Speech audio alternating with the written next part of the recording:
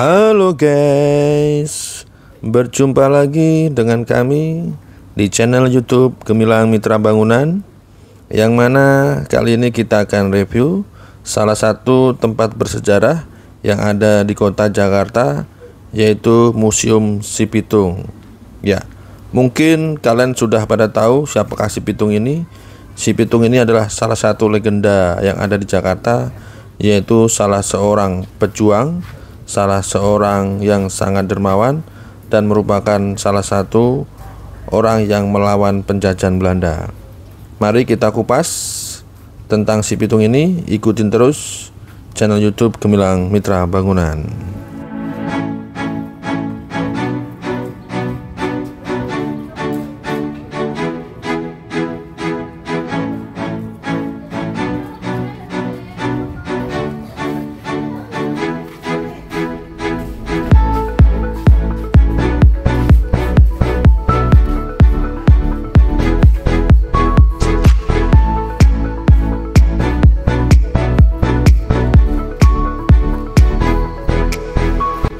Iya, nama Si Pitung bagi orang Betawi sudah tidak asing lagi ya. Sosoknya dikenal sebagai jagoan bela diri, perampok ulung, bahkan ada juga yang menganggapnya sebagai pahlawan nasional. Terlepas dari apapun cara orang mengenalnya, sejarah Si Pitung cukup melegenda karena sosoknya mempunyai pengaruh penting, terutama pada masa kekuasaan Belanda di Batavia. Ada yang menyebut Si Pitung anak pinggiran Batavia komplotan bandit, tapi ada pula cerita yang lain mengatakan Si Pitung adalah pahlawan karena selalu menolong orang yang tertindas. Lantas, siapakah sebenarnya sosok Si Pitung yang melegenda itu? Ya, mari kita perlahan-lahan kita kupas. Menurut sejarawan Belanda Margaret van Til dalam In Search of Si Pitung, The Story of Indonesian Legend, cerita maupun sosok Si Pitung ini memang benar adanya dan bukan mitos belaka. Mengutip laman Historia, Si Pitung yang nama aslinya Ahmad Nitikusuma merupakan anak laki-laki dari pasangan Pinah dan Piung asal kampung Rawabelong, Jakarta, dengan karakter yang sangat pemberani. Dahulu sekitar abad ke-19, Rawabelong disebut Omelanden, yang berarti pinggiran Batavia. Saat itu kawasan ini telah dikenal padat penduduk. Si Pitung dibesarkan dengan latar pendidikan di sebuah pondok pesantren perguruan Haji Naibin, sehingga ia mampu mengaji dan berkepribadian baik. Kabarnya Si Pitung mulai melakukan aksi perampokan pada tahun 1892 sampai 1893. Tapi hal itu dilakukan dengan alasan pemicunya adalah kejadian perampokan saat menyerang keluarganya. Mulanya Si Pitung selalu membantu sang ayah menjual kambing, hingga suatu hari ada komplotan bandit Belanda dan Tionghoa yang merampok uang dari hasil berjualan kambing ayahnya. Kesal dan sakit hati karena perbuatan para bandit, Pitung pun mempelajari bela diri demi melawan bandit-bandit tersebut sampai akhirnya ia berhasil menemukannya. Atas kejadian itu, Pitung mulai banyak mengenal komplotan bandit, akan tetapi pandangan orang terhadap dirinya jadi berubah seakan Si Pitung termasuk golongan bandit. Padahal niat Si Pitung menguasai bela diri, menjadi seorang jagoan desa, bukan semata-mata menjadi sosok yang ingin ditakuti, melainkan ingin bisa melawan para bandit yang sekaligus tuan tanah Belanda yang kerap menindas warga miskin lemah dengan tindakan semena-mena. Kemampuan bela diri Si Pitung pada akhirnya cukup membuat was-was para tuan tanah. Kemudian sekitar tahun 1892, Si Pitung melakukan aksi perampokan.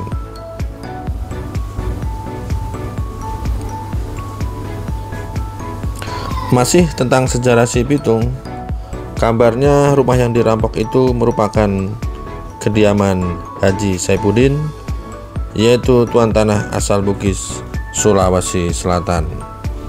Aksi perampokan tersebut menyebar luas sampai dimuat dalam surat kabar Hindia Belanda pada 10 Agustus 1892. Peristiwa ini bukanlah terjadi 1-2 kali. Pitung kerap merampok rumah tuan tanah lain untuk mengambil hasil rampasan mereka dan membagikannya kembali ke warga miskin. Sampai pada akhirnya si Pitung benar-benar tewas tertembak peluru emas milik Kepala Kepolisian Karsidenan Batavia, AMV Heine.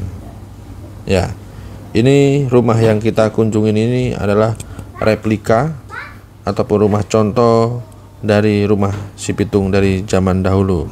Ya, ini walaupun bukan rumah asli tapi menyerupai dari rumah si Pitung. Ya, konon katanya rumah ini adalah salah satu rumah yang jadi korban perampokan si Pitung, yaitu Haji Saifuddin, seorang saudagar yang dari Bugis. Ya, sehingga setelah merampok rumahnya Haji Saifuddin ini, muncul berita besar di koran-koran Belanda sehingga nama si Pitung mulai terkenal. Ya, ini merupakan salah satu peninggalan ataupun replika peninggalan dari si Pitung, yaitu alat-alat memasak ataupun alat-alat dapur. Ya, walaupun bukan yang asli, tapi setidaknya ini menggambarkan suasana waktu itu, bagaimana kehidupan si Pitung. Ya, selesai kita mengupas rumah si Pitung ini, nanti kita akan lanjut mengupas salah satu masjid tertua yang ada di Jakarta, yang menurut cerita para leluhur ataupun menurut para orang tua yang ada di sekitar masjid ini dibangun di saat ada si Pitung. Ya, ini kita melakukan perjalanan ke masjid yang kita sebut sebagai Masjid Al-Alam atau Masjid si Pitung. Ya, kita akan telusuri bagaimanakah perjalanan dari rumah si Pitung ke Masjid si Pitung ataupun Masjid Al-Alam ini.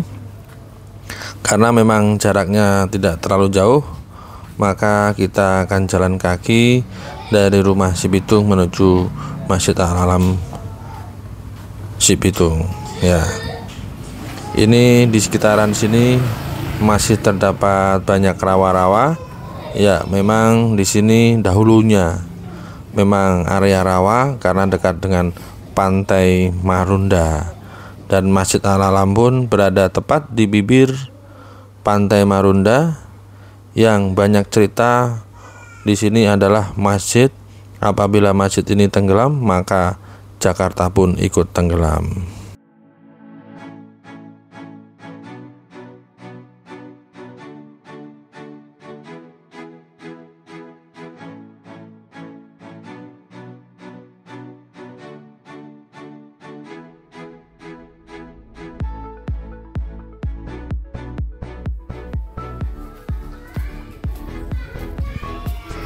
Ya, inilah gapura Masjid Al-Alam Marunda atau Masjid si Pitung. Masjid yang lebih dikenal dengan nama Masjid Al-Alam Pitung ini juga memiliki cerita terkait asal mula namanya. Bahkan masyarakat dari luar Marunda memberi nama khusus pada Masjid Al-Alam, di antaranya Masjid Al-Alam Pitung ataupun Masjid si Pitung, karena memang lokasi masjid tidak begitu jauh dari lokasi rumah si Pitung.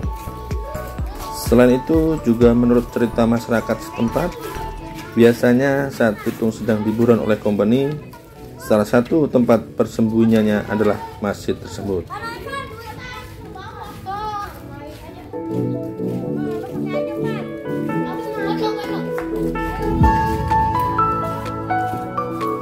Di sebelah barat masjid, kalau diukur dari tempat pengimaman, terdapat beberapa makam, dan ada 2 makam yang dikeramatkan oleh warga setempat ataupun oleh sebagian warga Jakarta.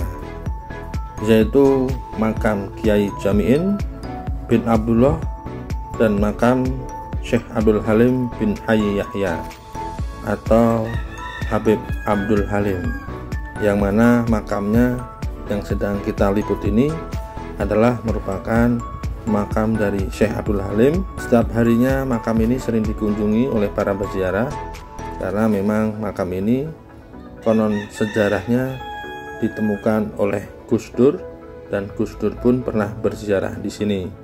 Makanya banyak sekali para pengagum Gus Dur ataupun pengikut Gus Dur banyak yang ziarah di makam ini. Hal ini diperkuat dengan saat Gus Dur menghadiri acara haul ketiga Al-Makhrullah Kiai Haji Ilyas bin Haji Kenan, pendiri pesantren Yayasan Pendidikan Islam Al-Kinaniyah yang berada di Jalan Pulau Nangka Barat, Kayu Putih, Jakarta Timur. Beliau mengatakan bahwa mari kita bacakan Al-Fatihah kepada para almarhum yang menjadi pelindung kota Jakarta. Yang pertama adalah Pangeran Jayakarta atau Habib Ahmad. Yang kedua adalah Habib Abdul Halim Marunda. Yang ketiga Habib Hussein Alaidrus Luar Batang, seorang Habib yang sempat berdomisili di Kebon Jeruk, dan Habib Ali bin Abdurrahman Al-Habsyi Kuitang. Ya, dari beberapa Habib tersebutlah nama Habib Abdul Halim Marunda, yang mana makamnya ini yang sedang kita liput dengan ditutup dengan kain warna biru. Ya, kita tidak tahu maksudnya apa dengan penutup makam warna biru ini. Tapi pada kesempatan saat mengikuti haul Kiai Haji Ilyas bin Haji Kenan, Gus Dur mengatakan bahwa Habib Abdul Halim Marunda adalah salah satu habaib ataupun ulama yang ikut melindungi kota Jakarta. Makanya kita wajib bersyukur dengan adanya para habaib, dengan adanya para ulama yang ikut mendoakan kepada kita, berdoa kepada Allah, yang mana doa-doa mereka itu demi keselamatan warga Jakarta. Ya, setelah kita meliput makam Habib Abdul Halim, mari kita liput masjid tertua di Jakarta, yaitu Masjid Al-A'lam Marunda.